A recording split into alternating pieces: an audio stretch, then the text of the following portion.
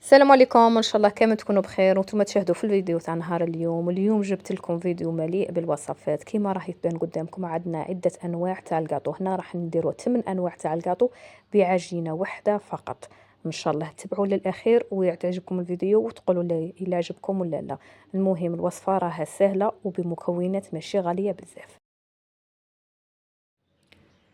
نبدو بسم الله. الحاجه الاولى اللي راها عندي 4 حبات بيض كما راح تبان قدامكم، وراني زايده معاها وحده صفار بيض، معناه 4 بيض زائد وحده صفار بيض. نحطهم ها هي لا. دروك غادي نزيد معاهم الكيله اللي ديتها انا نتاع الزبده.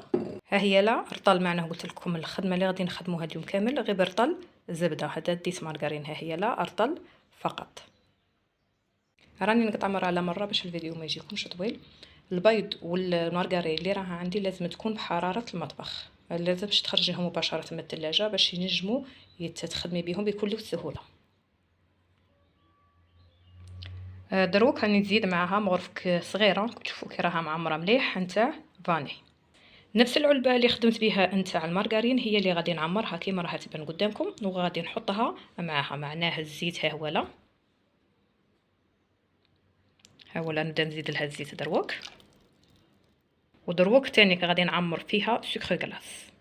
قلت لكم بصح ما تعمريهاش مليح، تقلعي منها واحد المغرف ولا زوج كيما راح تبان قدامكم. ها هي انا مانيش معمرتها بزاف، راني قلع منها زوج مغارف كبار. دروك نخلط كل شيء مع بعض. انا هنا سكر كلاص راني مغربلاته، لازم تغربلي هادو الصوالح تخدمي بلا فاني ولا فرفاره ولا سكر كلاص لازم يكونوا مغربلين. دروك بالباتور غادي نخلط كل شيء مليح، من بعد نولي لكم باش الصوص ما يزعجكمش نخلطها ونوري لكم كيفاش ولا داير.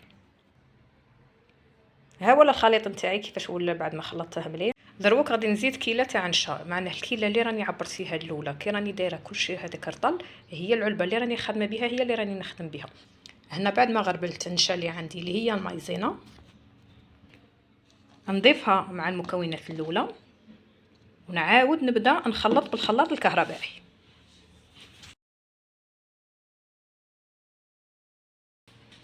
دروك غادي نزيد نفس الكيله فرينه ها هي لا ونخلطها ايضا. قلت لكم كل شيء لازم يكون مغربل. من بعد نزيد معاها زوج خميره كيميائيه، زوج تاع لا ليفور، هاي لا زوج خميره كيميائيه. الان تاني هما غادي نغربلهم بهذا الشكل. ها هي دوك نعاود نخلط كل شيء مع بعض.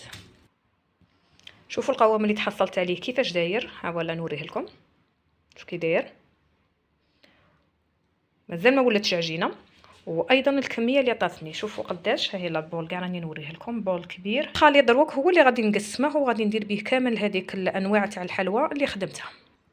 الكميات تقدري تقسميها متقايسه كامل متساويه وعلى حساب انتي واش راكي باغيه. تقدري تبغي تسبقي نوع على نوع، ما ديري نوع كميه اكثر من كميه. كيما انا كثرت تاع الشوكولا اعلاهم لان الولاد يبغوا الشوكولا كيما رانا عارفين، مالا كثرت تاع الشوكولا وانتيا واش تبغي ديري.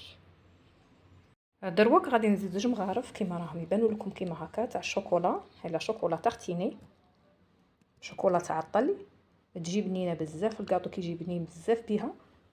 هاي نزيد المغرف الزوجه.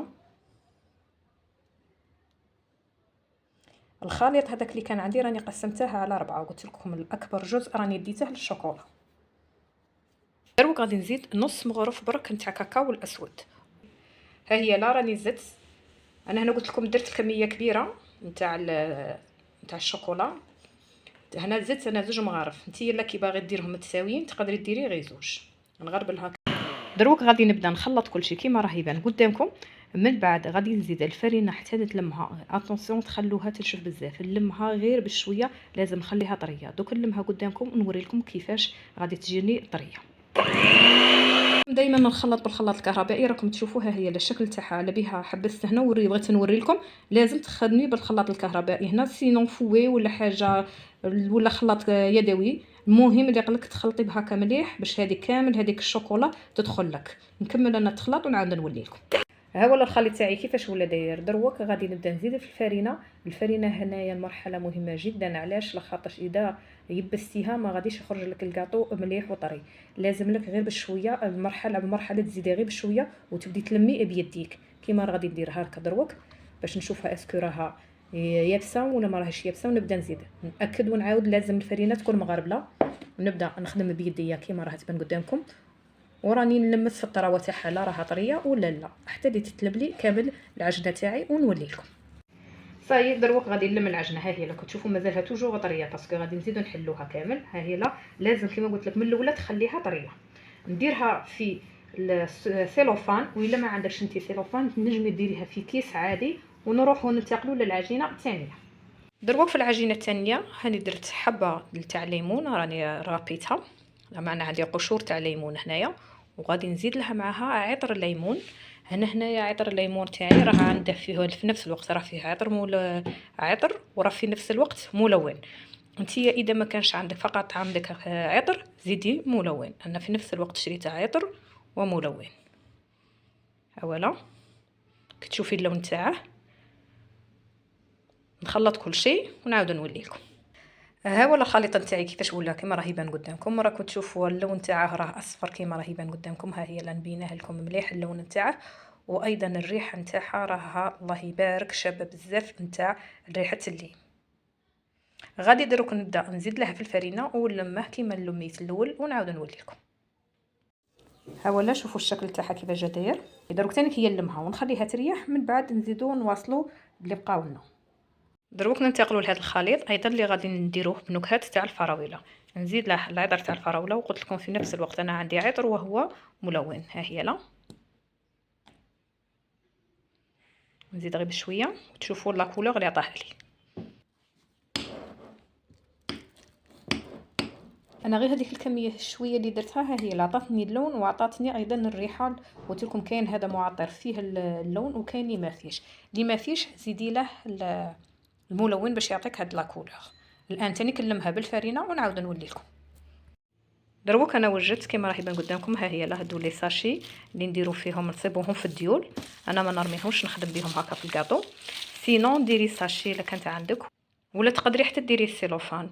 خيما اللي تضلي ديري فرينه وتقعد لك يابسه تزيدي تعجني في العجنه تاعك تولي لك يابسه بزاف. انا عندي هاولين هاد الانواع تاع الليمون اللي غادي نخدم بهم الحلويات تاع اليوم، وانتي تقدري تبدلي في الاشكال ولا تبدلي في الالوان كيما راكي تشوفي. المهم يخرج لك ان شاء الله الشكل في النهايه. شباب تبعي حتى للاخر وتشوفي ان شاء الله.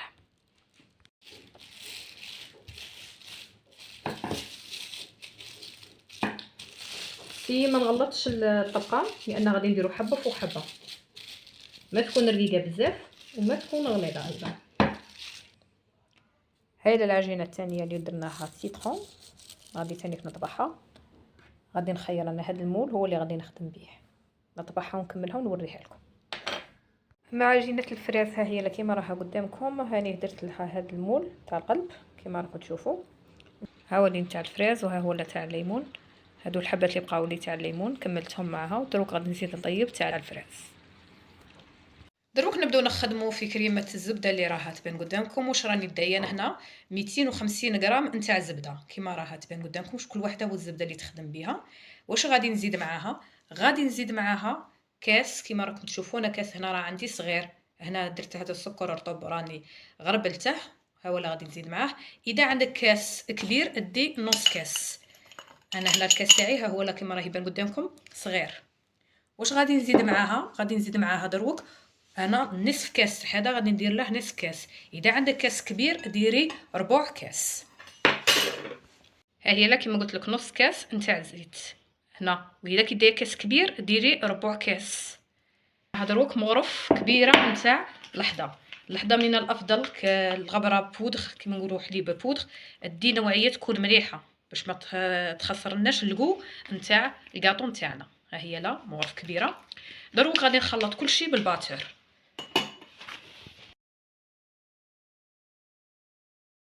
دروك راني وجدت الكريمه الزبده هي اللي نبين لكم كيفاش راها دايره، وغادي نبدا نزيد لها في المنكهات على حساب الكاطو نتاعنا. واش غادي نديرو فيه؟ غادي نقسمها هنا على حساب الانواع اللي راهم عندي.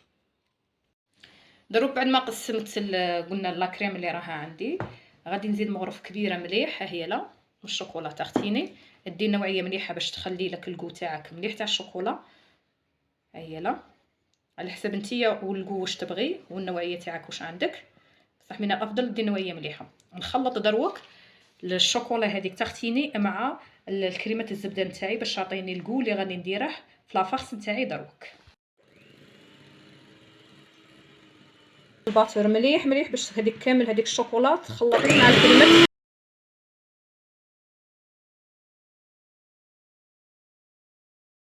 هاي الكريمه تاع الشوكولا نتاعي وجدت، درك غادي نديرها في لي بوشيت ونبداو نعمرو نتاع الشوكولا. كي نكملوا مع الشوكولا نعاودو نزيدو نديرو الانواع الاخرين. دروك هو الاشكال اللي ديناها مع بعض. ها هي لا شوفوا تحاول الشكل الدائري، وعندنا الشكل تاع المستطيل، وعندنا الشكل نتاع المربع، وهذا الشكل اللي جاي هكذا داير. هاولا هادو كامل دروك غادي نخدمهم ندير في لو تور تاعهم. ها هي لا كريم، كريمه الزبده، لا كريم دو بور كيما هكا كيما يتبان قدامكم. وفي الوسط غادي ندير شوكولا باسكو هنا لو غو تاع الشوكولا.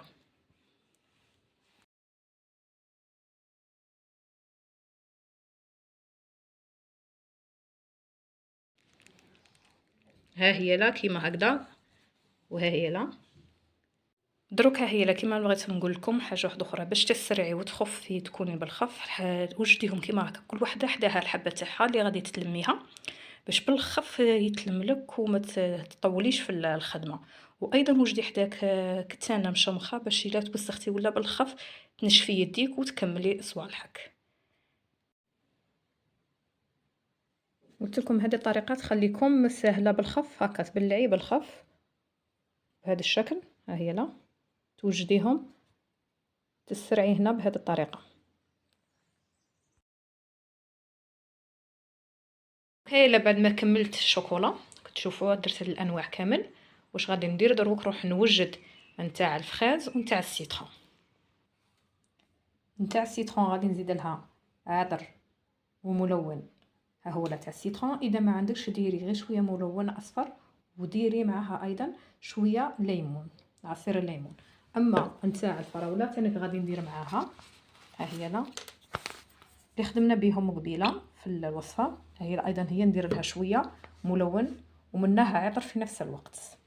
نخلط كل وحده وحدها هكذا. ها هي لا واش غادي تعطيني الريحه تاعها، راه الله يبارك راكم تشوفوا اللون تاعها كيفاش ولا، حتى ريحتها ما عندي ما نقول لكم عليها. دروك خلاص راني وجدت كريمه الزبده هايله بالذوق الفراوله، وراكم تشوفوا هذه هنا سموها سوبر كريم، هي اللي غادي نديروها في الوسط. ها هي باش اللي يبغي يشري ويعرف كي دايره. ها هي سوبر كريم، شوفوا كيفاش تجي دايره، نوري لكم كيفاش تجي دايره. ها هي دروك حليت انا وجدتها. ها هي كيفاش تجي دايره. كاين فيها اذواق مختلفه على حسب انت واش راكي باغيه. انا ديت الفراوله وديت السيترون. ها هي ايضا. هيا نبدو دروك مع بعض ان شاء الله على بركه الله. نبدو مع الفخاز من بعد نروحوا للليمون. ها ولا دروك الشكل تاع القلب بعد ما وجدناه نديرو كيما العاده. ها هي لا كريم ها هي على الجنب هكذا. سوبر كريم هي اللي غادي نديروها في الوسط. نزيد ندير حبه واحده اخرى. ها قلت لك ماذا بيك تسد فيهم كيما هكا باش بالخف تكملي معاهم. شوفي انا هكذا باش نروح نخدمهم هكذا. ها هي ها هي تصبيها للخف تكملي. شوفي ها هي كل واحد هاي لحداه حبه تاعه اللي غادي تبلعي بها.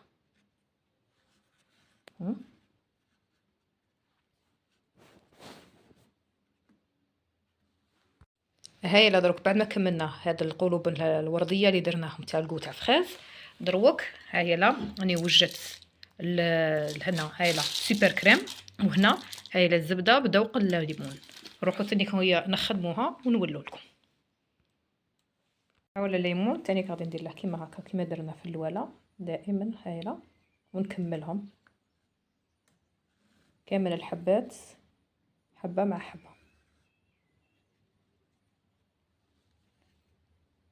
تانيكم نكملهم ونعاود نولي لكم. راح نخدموا مع بعض ترونسفير تاع الشوكولا. انا خيرت هذا الشوكولا عندنا تاع عيدكم مبارك، كل عام وانتم بخير. راني وجدت هنا الشوكولا راني ذوبتها ما زدت معاها والو، غادي نبدا نكب فيها قدامكم كيما راها هكا. ها هي بهذا الشكل، حاولي تعمري مليح. راني ذوبتها ما زدت معاها والو كيما قلت لكم. من بعد بديت تخبطي بهذا الشكل كيما راني نخبطينا هكا هكذا هكذا حتى يعطيك كامل الشكل نتاع الحبه تاع المول اللي راكي دايرتها. دروك بغيت نوري لكم هذه الكنافه اللي غادي نخدموا بها. كنت تشوفوا محمصه، ها هي لا مكتوبه كنافه محمصه. هذه اللي غادي نديروا بها. اذا ما عندكش كنافه محمصه ما عاديش تقدري ديري نورمال اللي عندك وتحمصيها في شويه زبده تولي لك كيما هذه. ها هو الشكل تاعها كيفاش يجي داير. كاين اللي عيط لها القطايف كي تروح تشريها تنجمي تولي له كنافه ولا تنجمي تولي له القطايف. راني وريت لك كيفاش جا دايره. اما الشكل هنا اللي راه عندي على شكل مربعات كيما راه يظهر قدامك، غادي ندير فيه هنا القطايف هادو اللي قلنا عليهم ولا الكنافه كل واحد كيفاش يقولهم. مع هنا كاوكاو راه عندي مرحي محمص، غادي نخلطهم مع بعض كيما هكذا. وندير هنايا من الفوق الكونفيتور.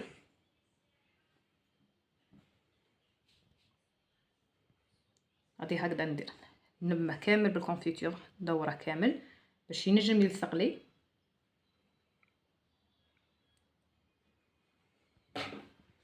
الان حاولي تعدليها هكذا باش ما يقعدش هكا مفركت. شوفي الشكل، ها هي لا باش ما تقعدلكش المخاصره من الفوق. وغادي ندير انايا الان هذاك ترانسفير تاع الشوكولا. تبغي تشديها بشويه كونفيتور ولا تبغي تشديها بشويه نتاع شوكولا، انتي حره. المهم انا هذا عندي ها هو الترانسفير اللي درته تاع عيدكم مبارك. شوفوا الشكل كيفاش غادي يجي داير. تبغي تزيدي تدوريه كيما هكا باش تبان هكذا. غادي نصنعوا مع بعض وريدات. حاول هذا المول ما راهش غالي بزاف، يدير غير 70 دينار 7000 برك. نعمر الشوكولا نتاعي كيما راه تبان قدامكم ونبدا نعمر فيهم دروك. بهذه الطريقه راني ما ضفت لها والو، الشوكولا ذوبتها فقط كيما نديروا ترانسفير تاع الشوكولا نفس الطريقه. هنا الشوكولا بعد ما درناها في الفريجيدير ولا ديريها في الكونجيلاتور، ها راح الشكل اللي راح حاطيه لك. من بعد تبدي تزيدي لها الملمع تحطيه في الوسط، من بعد تروحي ديري على حسب العروق نتاع الشوكولا اللي عندك. ها هي لا من بعد تروحي تديريهم في الجنب كيما هكذا غير بشويه عليك حتى تتحصلي على الشكل اللي راه امامنا. هنا الشكل الدائري ديت له الشوكولا. كاين اللي درته بشوكولا نوار وكاين اللي درته بشوكولا مارون. شوكولا ها هي النوار والمارون راهم عندنا في الفيديوهات. من بعد نخلي لكم الرابط كيفاش ندوب الشوكولا وكيفاش تعطيني كميه كبيره. الحبات اللي غطيتهم بالشوكولا مارون راني درت فوقهم هذوك الوردات اللي صنعناهم وزيناهم بالدوغي. اما الحبات اللي غطيناهم بالشوكولا انواغ رانا زيناهم ها هي لا رانا درنا العجينه السكر. ها هي لا خدمناهم بهذه الطريقه. حبه نتاع هذا الشكل اللي راه امامكم اللي جاي اوفال. هيا لا كامل جوانب. ودروك بعد ما وجدوا لي ها هي الورقات ووجدوا لي الوردات غادي نخدمهم. هاي الورقات نقلعهم لهذاك المول نتاعنا. من بعد نزيد لهم شويه بغيون. بغيتيهم ديري بالبغيون ليكيد هكا مباشره، تبغي ديري تخلطي البغيون ليكيد مع هذاك البودغ ويجيك ثاني احسن. علاش؟ لانك تخلطي الليكيد هكا شوفوا ما راش يفوت لي يتمشى لي بسهوله. لو كان تخلطي دروك الليكيد مع البودغ تجيك الحبه وتجيك اكثر لمعان ايضا وتطلع لك بسهوله. انا كاين حبات درتهم هكا بالليكيد وكاين اللي خلطهم بالليكيد مع البودغ بعد ما كملت. وها هو الشكل نتاعهم دروك بعد ما كملته. كاين اللي درت لهم ترانسفير شوكولا مارون وكاين اللي درتها لهم نوار باش نبدل شويه بيناتهم. ننتقلوا دروك الى حاجه واحده اخرى. دروك غادي نديروا كلاصاج نتاع الليمون. غادي نديروا بسكري كلاص. راني دايه هنا نص حبه نتاع ليم. هيا لا غادي ندي معاها دروك نص حبه تاع بيض البيض فقط. ها هي لا عندي حبه بيض غادي ندي نص بيض البيض فقط.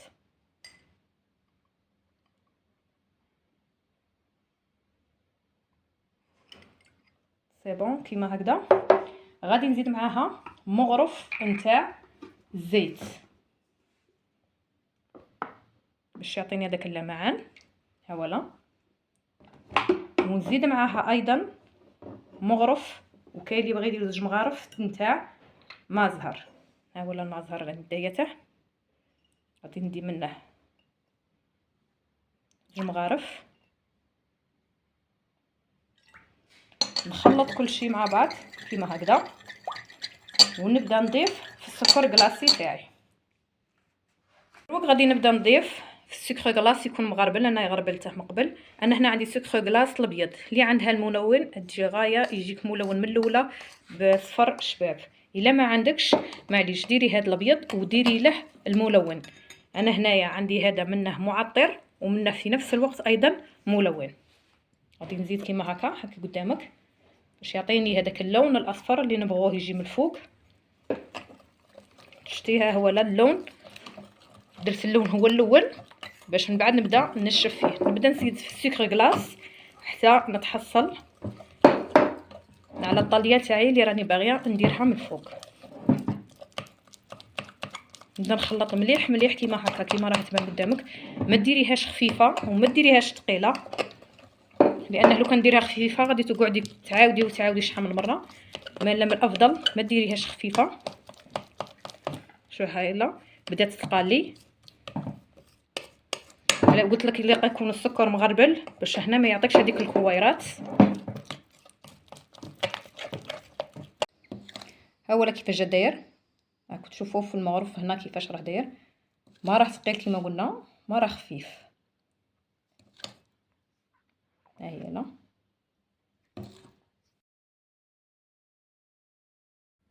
هاي الحبه كيفاش جا دايره. دروك نقطرها مليح ونديرها في السنيوه ونكمل الحبات اللي باقي لي. بعد ما نشف لي الكلاصاج كيما راه يبان قدامكم درت خطوط رقيقه وزينتها بهذيك الحلويات الموجوده تنباع. الان راني ذوبت الشوكولا بيضاء. ها هي لا غادي نزيد لها الملون الغذائي الاحمر هكذا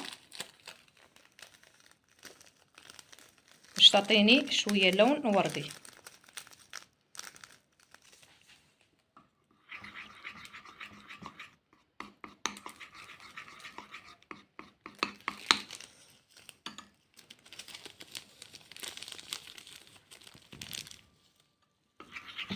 البودر ما عطانيش نتيجه مليحه. دروك سييت الليكيد عطاني نتيجه صافا بنت لا كولور. هاي الحبه كيفاش جات دايره. كمل كامل الحبات ونوريهم لكم في صحن التقديم. تقلعي لها هذوك الحواش الزايده اللي على الطروفه وتهاول الشكل نتاعها. العجينه البيضاء هي تاني درتها شكل دائري. ها هي العجينه البيضاء ما زدت لها والو. دروك العجينه البيضاء غادي ندير لها الحشو. هنايا درت الكراميل مع حلوه الترك، غادي نديرهم هنا في الوسط. حاول ندير غير في الوسط لانه الكراميل يتمشى هكذا باش كي نحطه ما يسيليش على الحواف. هاي بهذا الشكل يبدا وحده يتمشى. ها هي لا كيما هكذا. ها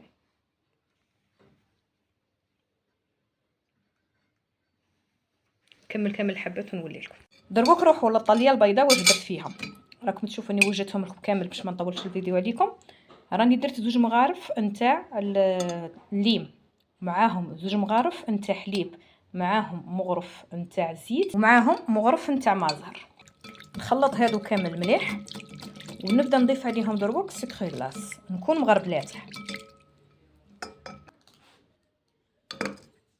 هكذا. ونبدا نخلط حتى نتحصل على الكلاصاج نتاعي.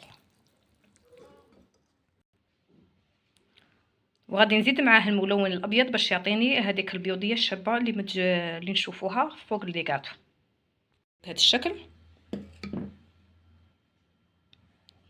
هكا. نهزها مليح هنا باش تهود لي على كامل الجوانب. يلا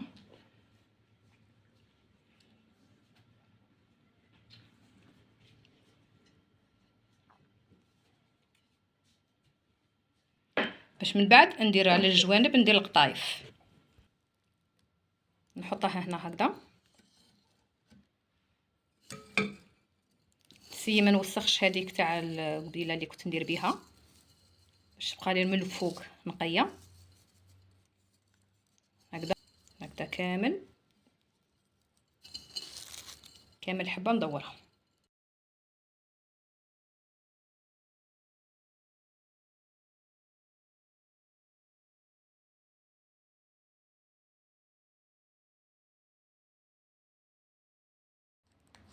ودروك هذا الشكل اللي داير مستطيل غادي نحاول هنا نقسمه فين اثنين.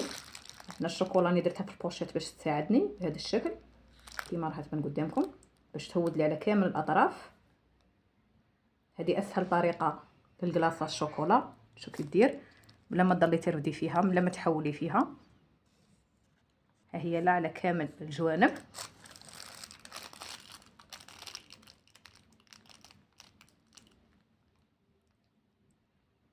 خليها تنشف ومن بعد نزيد نكملو في الجهه النص الاخرى اش نديرو فيها.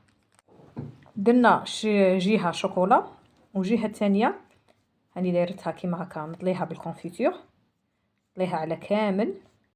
من بعد نعمرها كيما هكذا. راه عندي كوكا محمص مع طايف محمصين بهذا الشكل. ها هو الشكل تاعها. غادي نزيد دروك ندير لها شويه كونفيتور هنا وندير حبه هنا. راني دايره حبه كركاع. ديري انتي واش عندك بندق، عندك لوز، عندك ما عندكش تنجمي ديري خطوط، تنجمي تخليها كيما راها انتي واش عندك متوفر في الدار. هاي الحبه كيفاش جات دايره. وها هو الشكل تاعها كي كملتها. ها هو كيفاش جا داير. ودروك ها هو الشكل النهائي لكامل الكاطويات اللي خدمناهم مع بعض. ان شاء الله يكونوا عجبوكم وتجربوهم وتقولوا لي. ما نقول لكم الا سلام، كل عام وانتم بخير.